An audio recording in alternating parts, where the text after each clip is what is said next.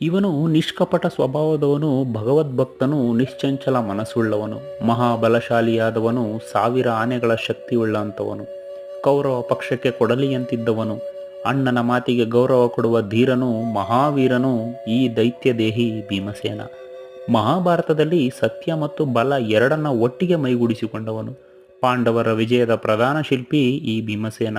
ಎಷ್ಟು ಬಲವಿದ್ದರೂ ಗರ್ವ ಪಡದೆ, ಧರ್ಮ ಬಿಡದೆ, ಹಿರಿಯರನ್ನೂ ಮೀರದೆ, ದೇವರನ್ನು ಅತಿಕ್ರಮಿಸದೆ ಸನಾತನ ಧರ್ಮ ಚಕ್ರದೊಳಗೆ ಇದ್ದವನು ಈ ಭೀಮಸೇನ. ಇವನು ಪತ್ನಿ ದ್ರೌಪದಿಗೆ ಆಪತ್ಕಾಲ ಒದಗಿದಾಗ ಯಾರು ಏನೇ ಹೇಳಿದರೂ, ಯಾರಿಗೆ ಬೇರೇನೇ ಧರ್ಮವೆನಿಸಿದರೂ ಸಹ ಇವನು ಮಾತ್ರ ದ್ರೌಪದಿಯ ಕಷ್ಟಕ್ಕೆ ನಿಂತವನು. ವಜ್ರಾದಪಿ ಕಠೋರಾಣಿ ಮೃದುನಿ ಕುಸುಮಾದಪಿ ಎಂಬ ಮಾತು ಭೀಮಸೇನನಿಗೆ ಆರತಿ ಬೆಳಗಿದಂತಿದೆ. ಎಷ್ಟು ಕಠೋರನೋ ಅಷ್ಟೇ ಮೃದು ಹೃದಯದವನು ಈ ಬಲಶಾಲಿ ಬಲಭೀಮ.